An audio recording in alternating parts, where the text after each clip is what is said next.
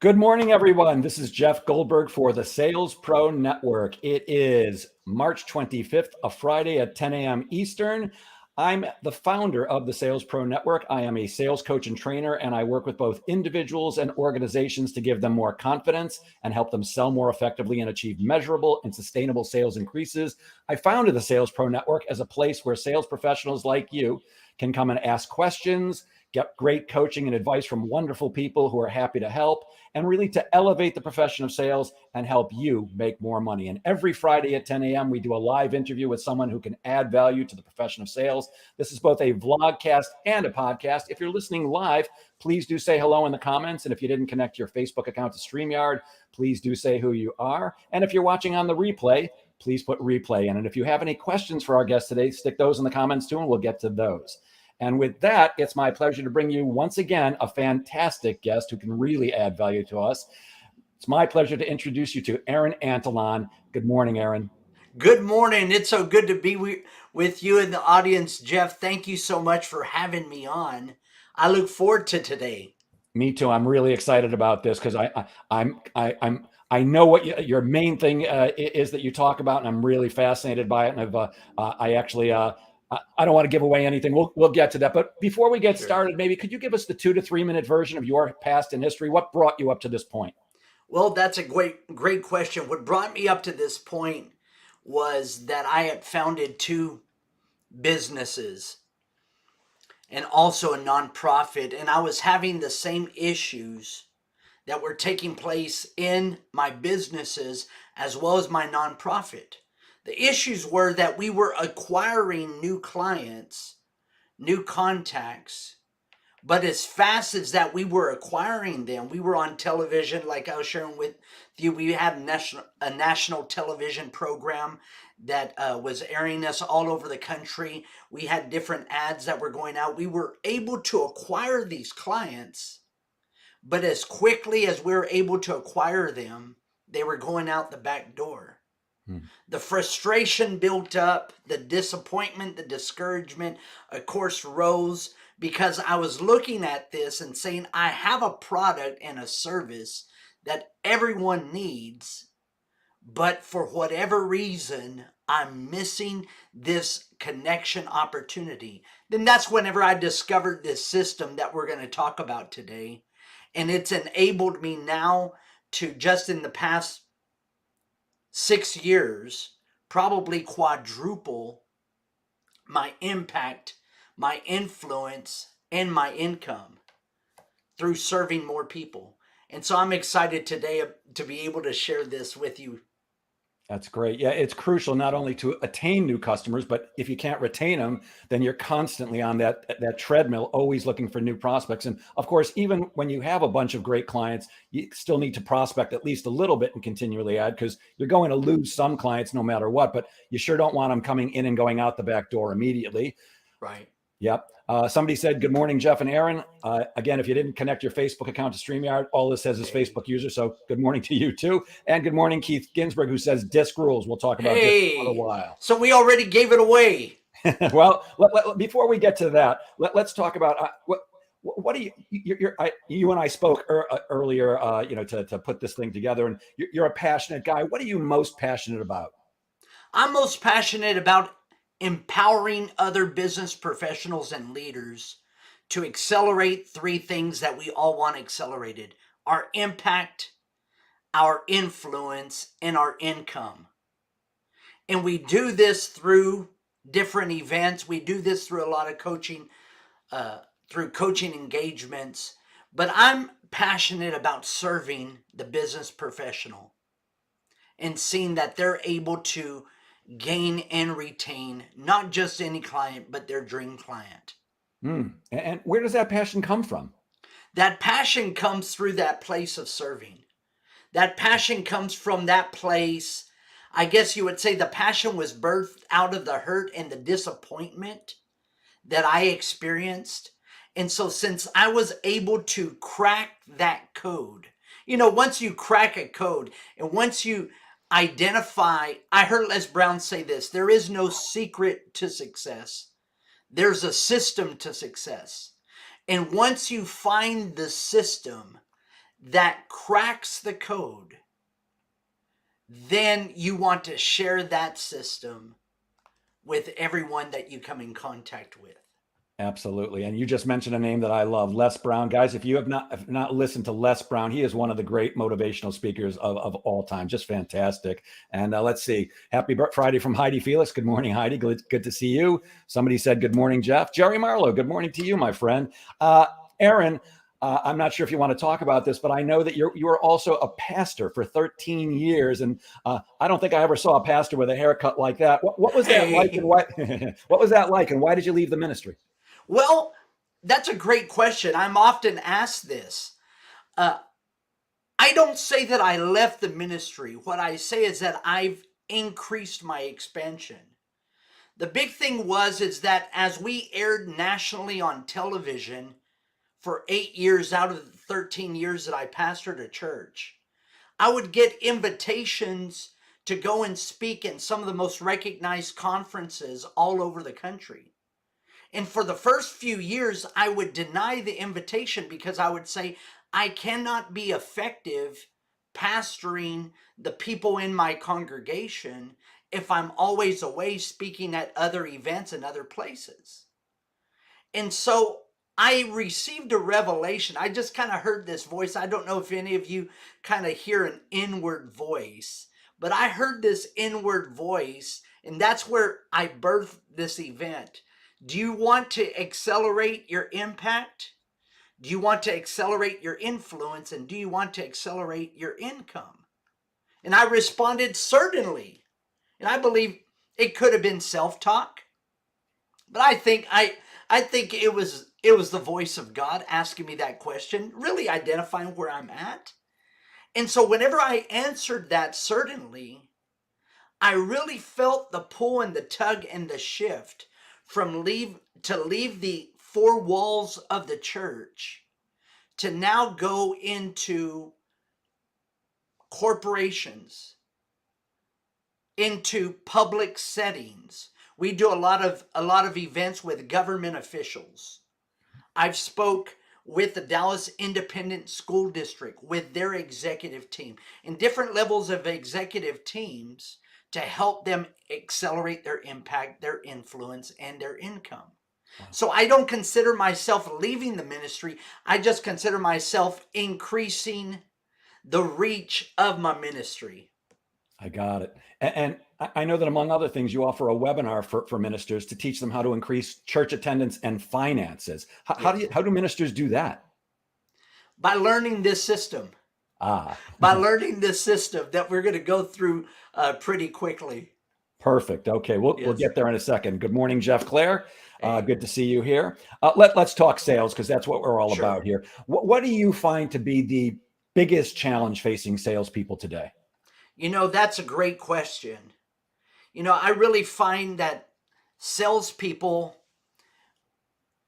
we have the passion to go and sell to individuals according to our unique personality style.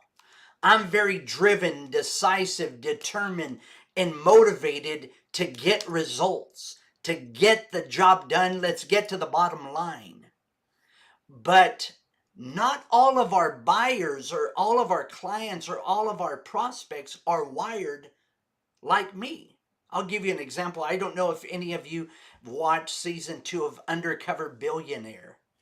That's the one with Grant Cardone in that. If you haven't watched it, I encourage you to go to Discovery Plus and download that. It'll be well worth your time. But I'm watching this, and Grant Cardone, those of you that know Grant, he's very driven, decisive, in your face, very determined to get the job done. And he goes into a new territory, Pueblo, Colorado, has a disguise, shaves his head, and he's looking to build $1 million business within 90 days. He doesn't have any of his contacts. All he has is $100 and a truck.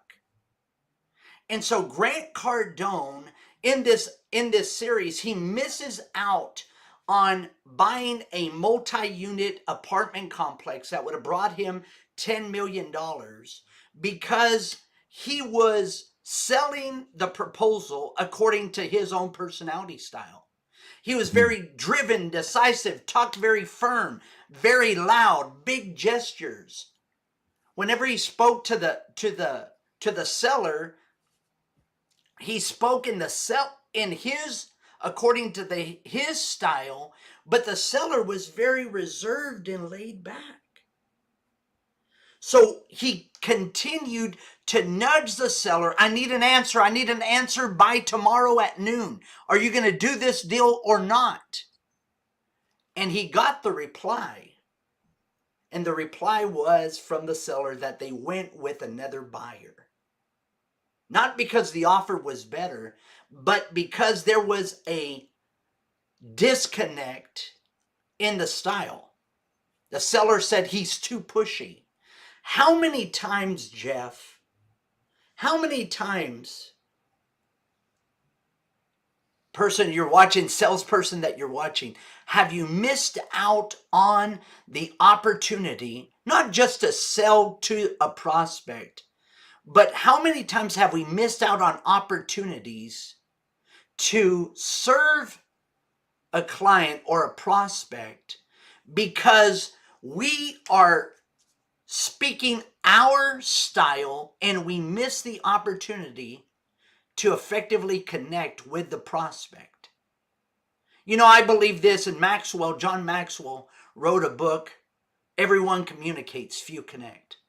I believe that every person does communicate, but we miss that opportunity to connect with others because of the way that we're wired. Mm.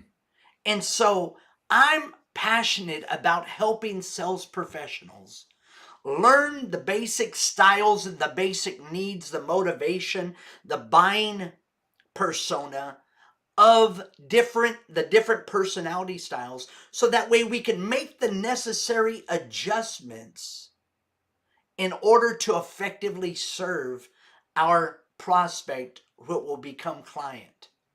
And that's the way we not only get them in the door, but that's the way we close the back door. And I believe that that works in any and every industry. Yeah. Yeah. You know, you used a word a couple of times already now that I love, and that's the word serve. Yeah. About a gazillion years ago, I've been in sales 48 years now. And I saw I was fortunate enough to see Zig Ziglar on a stage while he was still Nice. alive.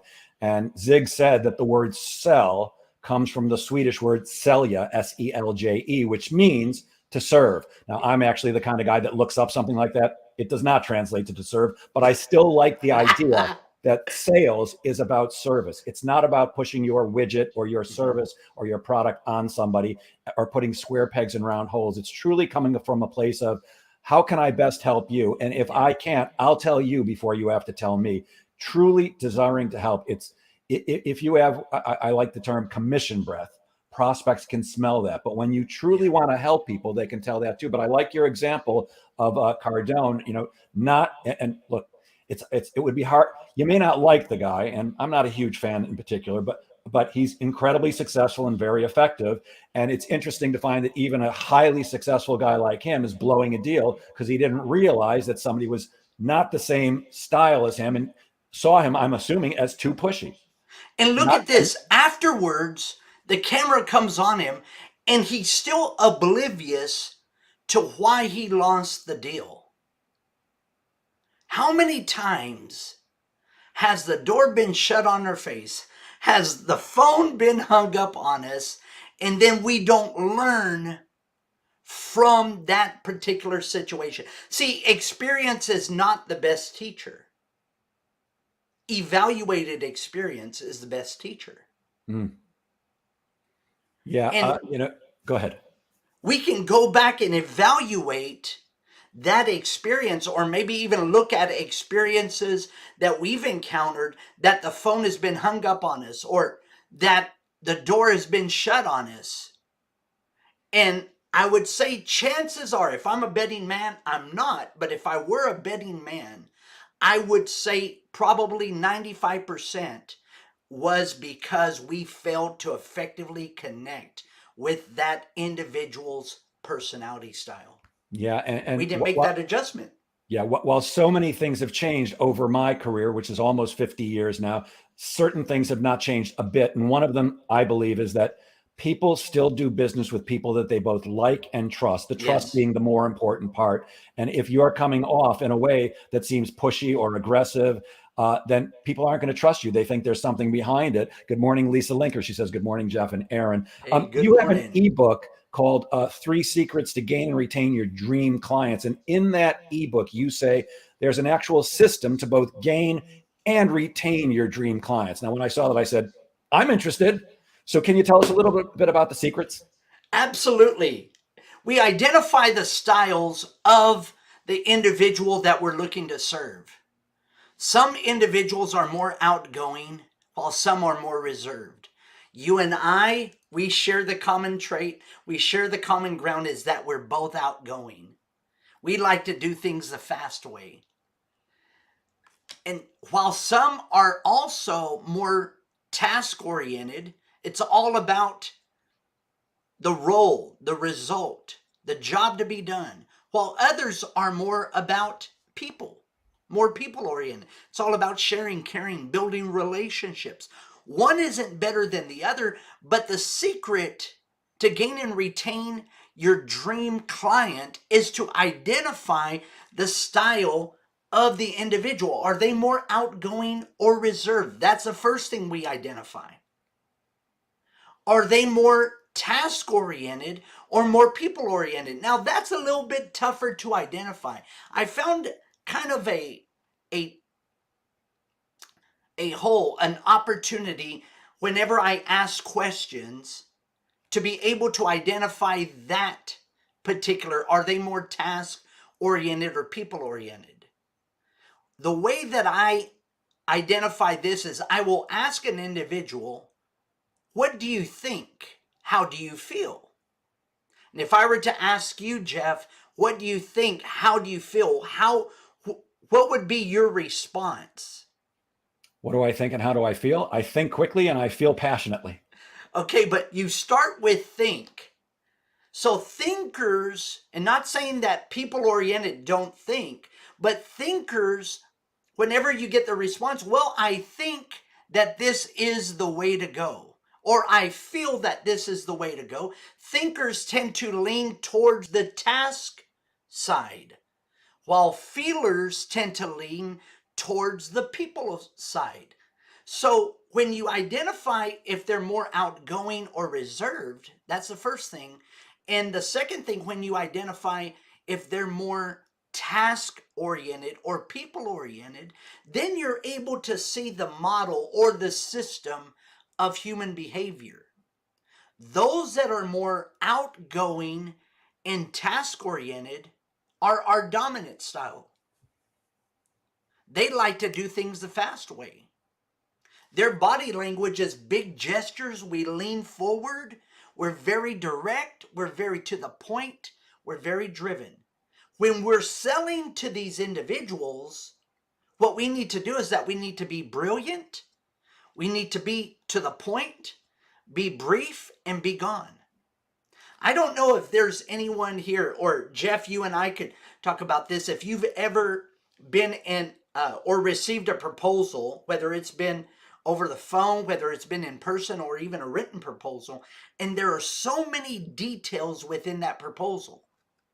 That is a great method for a particular personality style, but it's not the best method for the dominant style, those that are more brief, to the point, be gone. So we miss out on that opportunity to connect. Whenever I receive these long emails, whenever I receive all these details are important, but I tend to send them to my administrator. I want to I don't strangle read the them. people who send me those. In fact, as you were talking about all the details in the proposal, I'm going, I'm not going to read them all. I'm just going to skim it. I don't have the time. So that brilliant.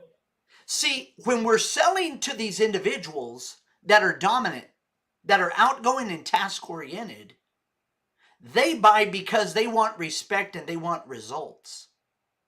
So whenever you're giving them a proposal, whenever you're presenting your product or your service to them, let them know what's in it for them. Let them know how it's going to enable them to gain the respect and get the results. It's all about the bottom line.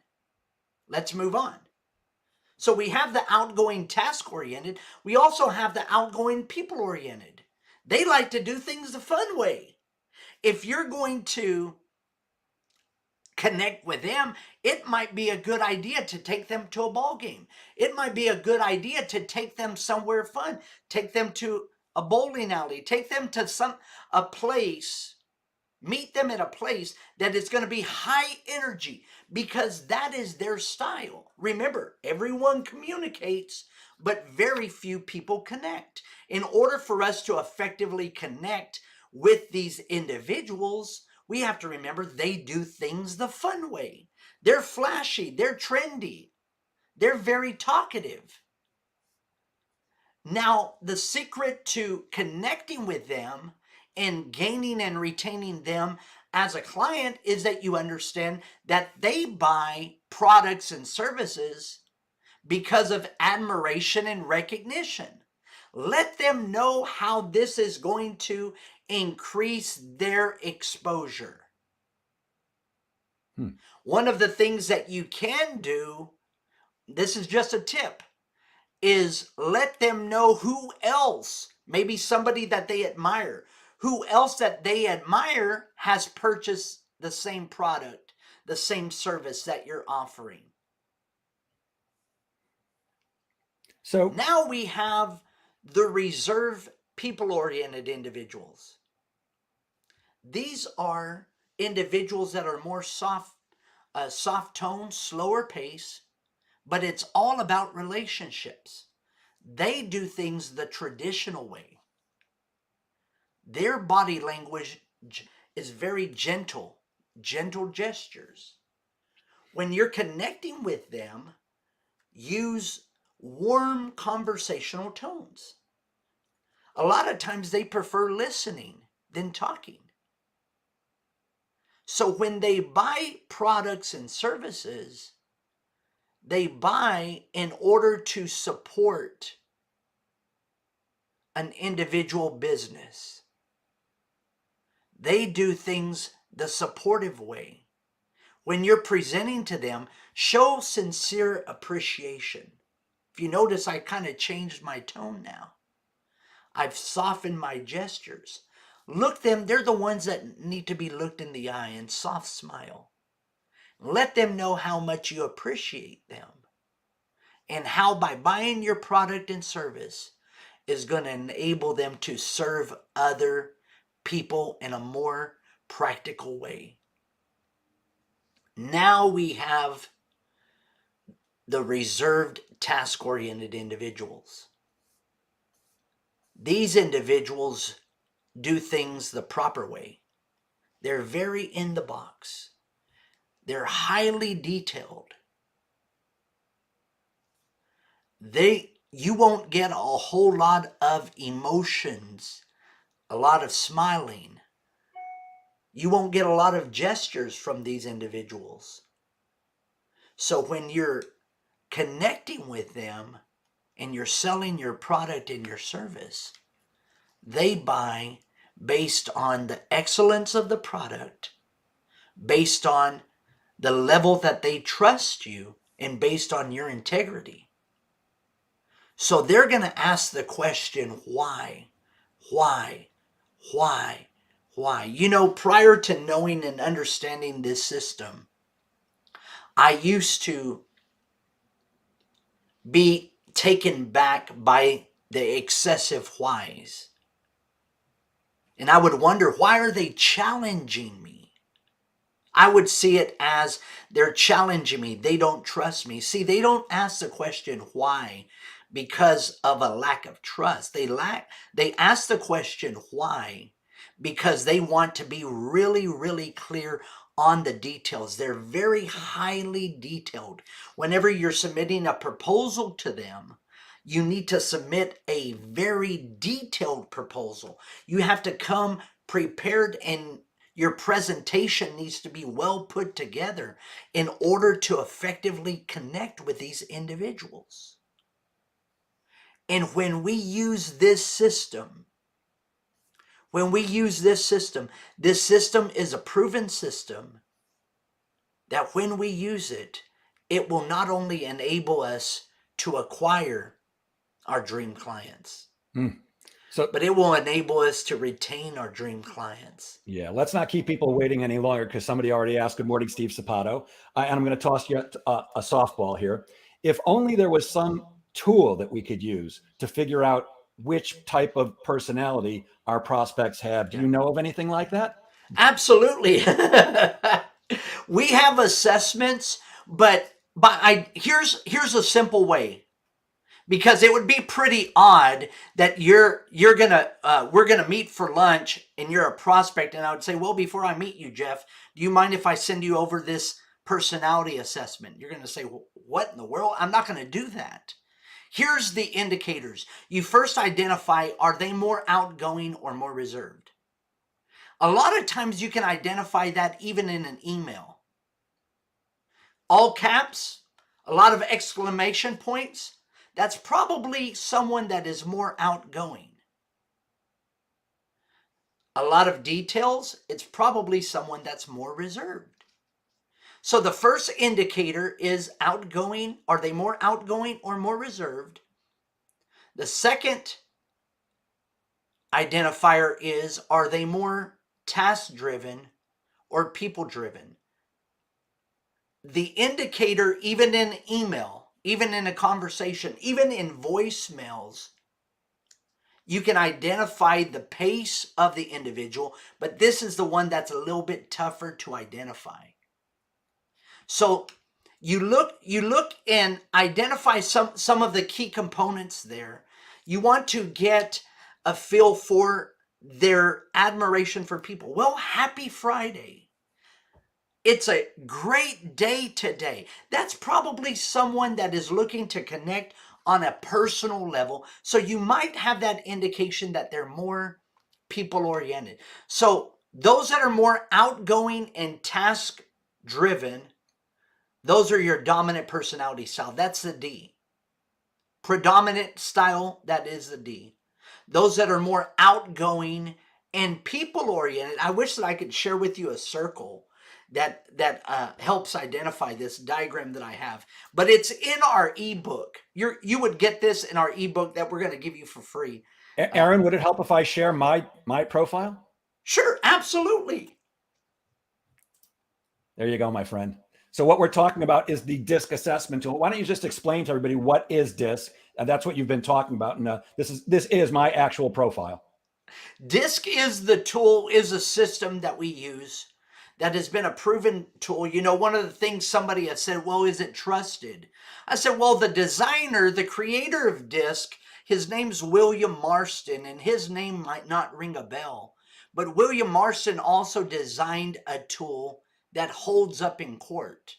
It's called the polygraph test or the lie detector test.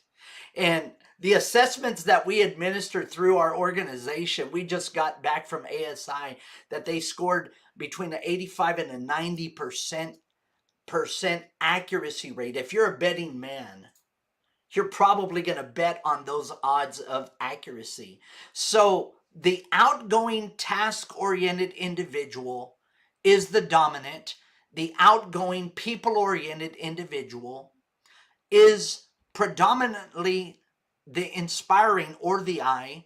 The reserved people-oriented individual is predominantly the S, and the reserved task-oriented is predominantly the C. One of the things that we do teach, Jeff, is that we really are a blend of all four. We really are a blend of all four, but some of us have a stronger capacity, a higher capacity to where it's most natural to us to operate in the D, the I, the S, and the C. My capacity, what's most natural to me, is to operate as a D, and I would say that that's probably the same for you, Jeff. Would you not agree? That's what my DISC profile says, that's for sure. And in fact, first of all, good morning, Ben Gibbs. Always good to see you. Lisa Linker says, no surprise, Jeff is a D. And Keith Ginsburg says, Jeff, are you a high D? So Am I a high D? And what does that tell you about me? And how is that useful? What that says is that you like to get things done quick, to the point. You want me to be brilliant, and let's get done. So I would be surprised if this podcast would run over 40 minutes. You want to get to the point and you want to get it done. You want results. It's all about results. Let me give you the basic needs for each just right quick. The D's want results. Just like a fish needs water and we need air, D's need results. I's need recognition. S's need relationships, trusting, caring, valuable relationships. C's, they need the right answer, the right system, the right tool that is a proven framework that is guaranteed to not fail. When you're leading each of the four styles, when you're selling to them, if they're in your family, you give them that secret fuel. You give them that basic need. And I promise you will effectively connect with them in whatever environment, whatever situation that you're working, whether it's personal or professional.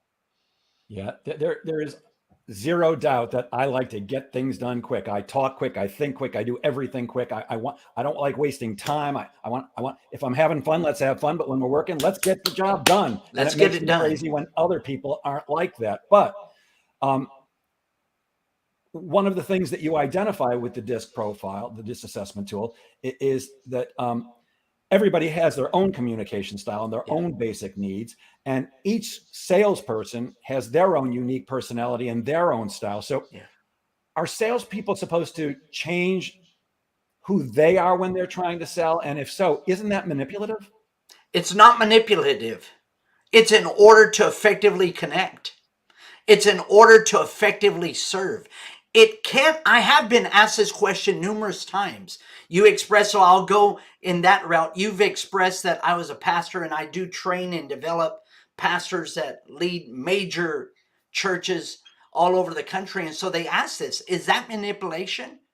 It can be, because really you have the answers to the test. You have an inside track to know, but it depends on the motive of your own heart.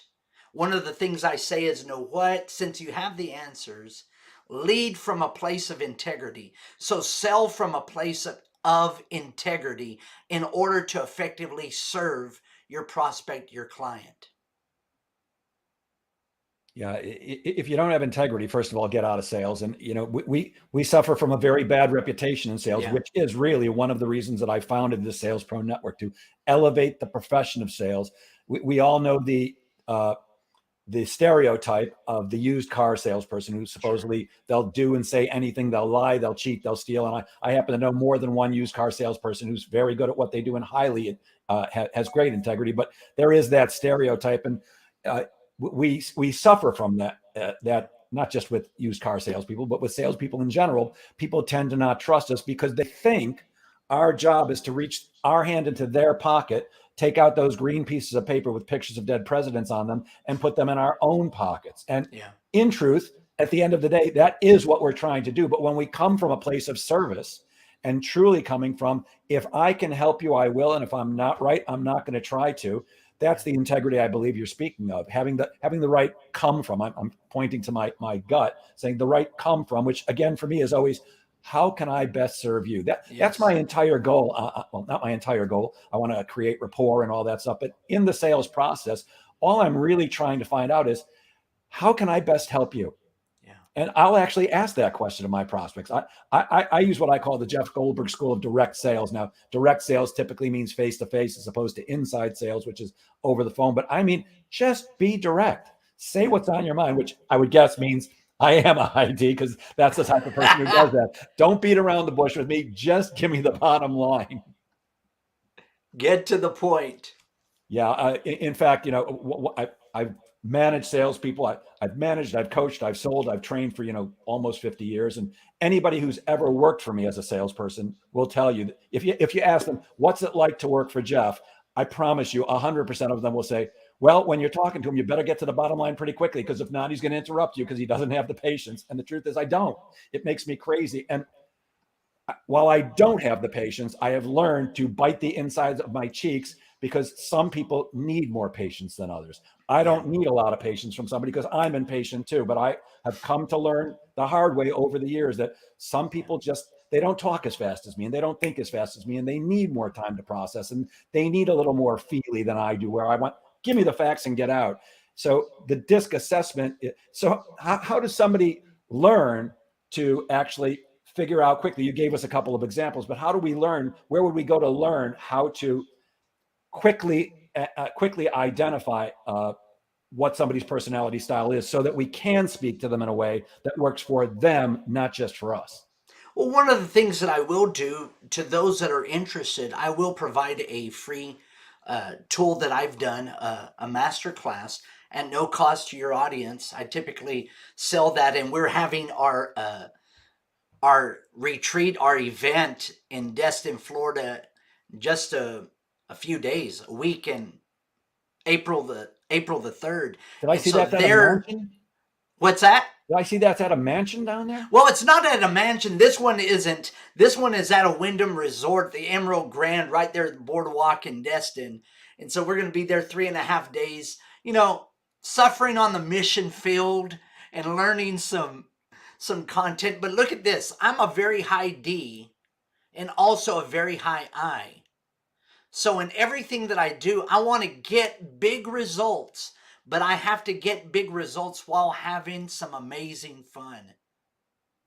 And so that's my style blend. And so our events are geared towards those that want to get amazing results and also have some amazing fun. And so I'm really looking forward to that. But I am going to present this content and really dive in depth for 3.5 days at our event. And that's one of the places, that's one of the ways. But I have a master class that I've done that is brief, to the point. It's about 40 minutes, and I would be happy to send over to those that are interested. They can just get in contact with you and let you know, and then I'll forward that over to you and provide that as a value add.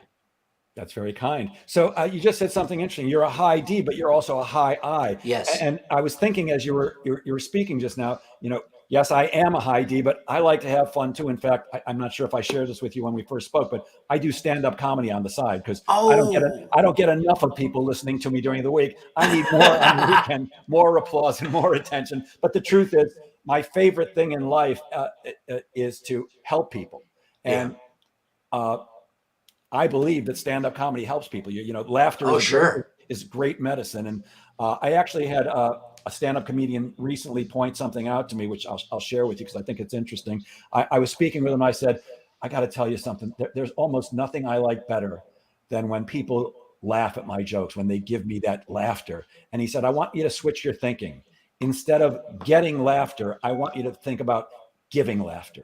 And Oh, it really shifted my perspective. And now when I take the stage, instead of, "Oh, I can't wait till they give me some laughs," it's like, how can I give the gift of laughter to these people? It's a different come from. And it really does make a difference. hey, What Jeff, I'm just thinking about this. Why don't we do a deal and you come to our event and do some comedy for some of our attendees, man? I would absolutely love to do that. I certainly can't do it in a couple of days, because Yeah.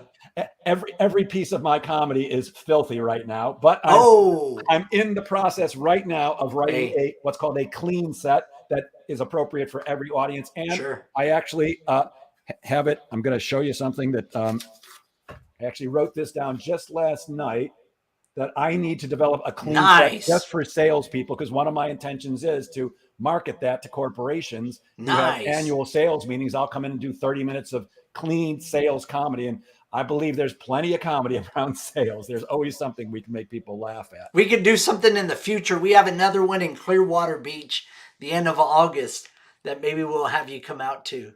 Would love to. That'd be great. You also talk about the need for people to step out of their comfort zone. And I Yes. think that certainly myself, I like comfort. I've learned that I need to be comfortable with being uncomfortable. But how do you define comfort zone? And why is it so important for people to step out of theirs? And how do they actually do that? Because it is uncomfortable to step out of your comfort zone. You know, thank you for that. We're all naturally wired. We're all naturally wired to do life a certain way. When I learned this system, when I learned DISC, I didn't learn DISC in order to build a coaching and a training business. I learned DISC and I took a deep dive because I was tired of losing. I was tired of losing trusted relationships. I was tired of, I would say this, mistreating my wife and my children unintentionally. I was tired of losing my valuable clients that I worked so hard to get. And so I had to make the necessary shifts. I have a talk called When Shift Happens. Now that's clean. Did you hear the when shift? In comedy, we call that wordplay. Hey, when shift happens, when it's time to make that shift, what are you going to do? Look at this. I'm going to show you some.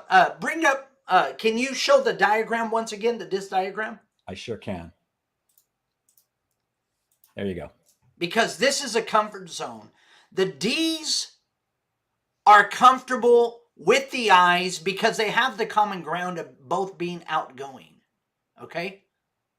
The D's are also comfortable with the C's because they have the common ground of both being task-oriented. Let's work together and let's complete a task.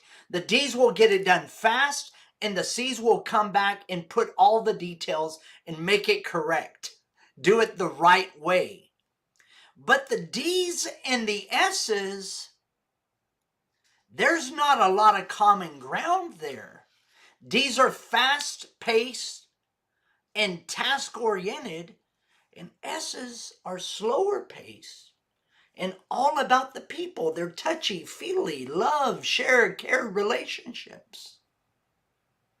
So I was tired, and I'm just being transparent. Even as a pastor, I was losing my S's even from our church, from our congregation. You know why? Because I would make this statement: we're going forward with or without you.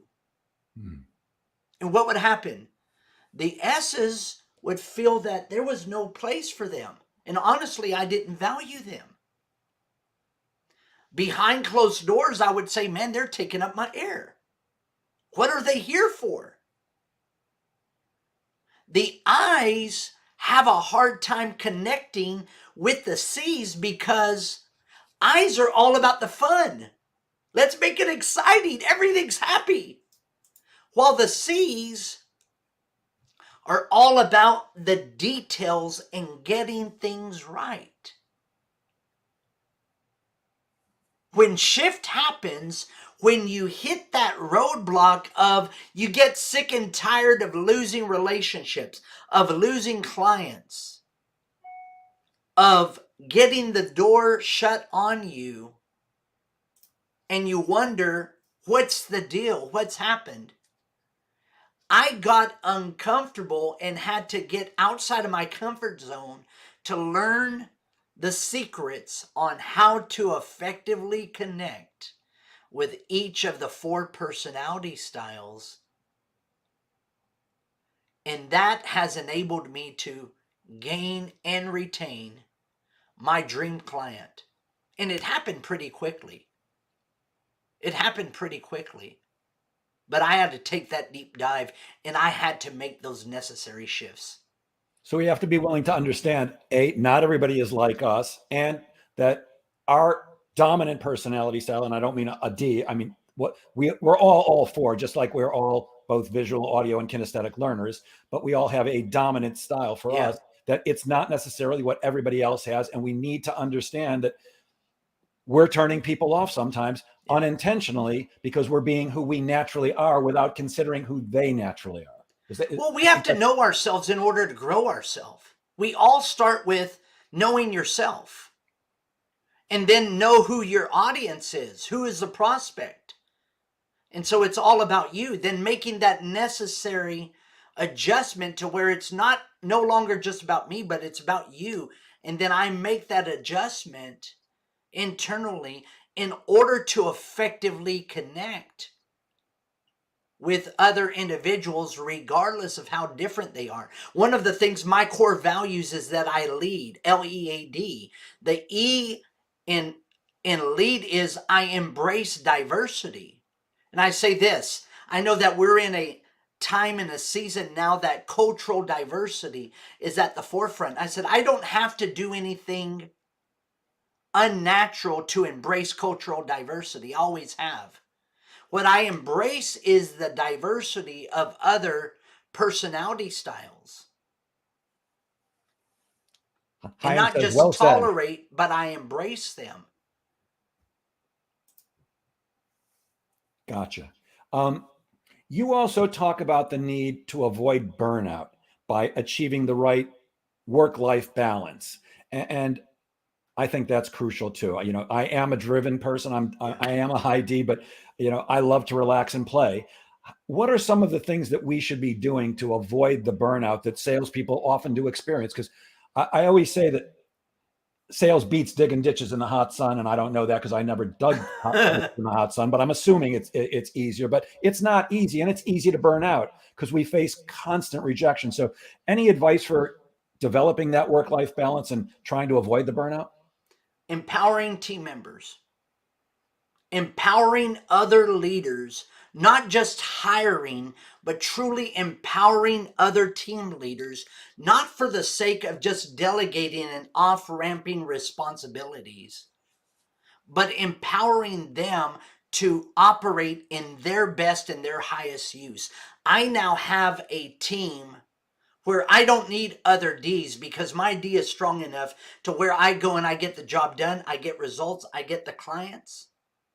But I have I's on my team that it's a very well balanced. I have S's on my team that bring the support, customer service, that do a lot of the follow-up. And then I have the C's that are putting the details together, that are dotting the I's and crossing the T's, even for our big event that we have coming up in just 7-8 days. I have on my team C's that are putting all the details together. I believe that the work and the life balance comes whenever you have a very well balanced team and you don't do everything yourself. You know your strengths, you know your weaknesses. I use the term your best and your highest use, and you stay in that sweet spot of your best and your highest use. And then you also empower other team members to operate in their best and highest use. Brilliant. That will alleviate the burnout in sales, in job, whatever the case might be. Brilliant. I actually had a client for 5 years. One of the things I offer is outsourced sales management. I become the sales manager of a company on an outsourced basis. I'm not an employee, but I still do everything a sales manager does. And every applicant got the DISC assessment. Nice. Every applicant got the DISC assessment. And I get I think it's a 22-page report, incredibly detailed, because we were looking for the right combination of people. We don't want all high Ds. We want everybody in the organization because that creates a well-rounded organization. And from a sales management standpoint, it gave me incredibly great insight into how to manage these people, because you don't manage a D the way you manage an I or an S or a C. Yeah. Can I share a quick story about that? Please do. And I'll finish up with this. My mentor in 1995 was doing a DISC training, same kind of DISC training that I'm going to be doing in Destin, to a group of leaders. And one of the attendees in his training class was the assistant general manager of the Atlanta Braves baseball team. And a couple of months after the training, the assistant GM of the Atlanta Braves calls my mentor, my coach, and he says, "Hey, I just got promoted. There's a new major league franchise that's being formed called the Arizona Diamondbacks, and I want you to help me put together a team." And he says, "Oh, you must have heard about my extensive experience and success as a little leaguer." And of course, he was just joking. And he goes, but what does this have to do with what I can help you with? And he says, what I want you to help me do is to assess all these players, and we want to field a team with 25 Ds. And he says, no, you don't. He goes, Ds are very dominant, driven. They're not team players. They're demanding. And he goes, but baseball isn't a team sport. You go to bat by yourself. You throw the ball you throw the ball. You don't need someone else to help you. You do it by yourself. He goes, so I want to field a team of 25 Ds. They assessed over 2,500 players, and they narrowed it down to 25 Ds. And within 5 years, the Arizona Diamondbacks won a World Series championship. They were the quickest major sports franchise to win a championship. And it was done not by statistical analysis that we've seen in the movie Moneyball, that they do it with statistical analysis. It was done through personality analysis. Randy Johnson was part of that team. Kirk Schilling was part of that team. High Ds. They were all Ds, but they were assessed and they created a championship team. One of the things I use that same phrase, whenever you let us help you put your team together, we create world-class championship teams. Wow.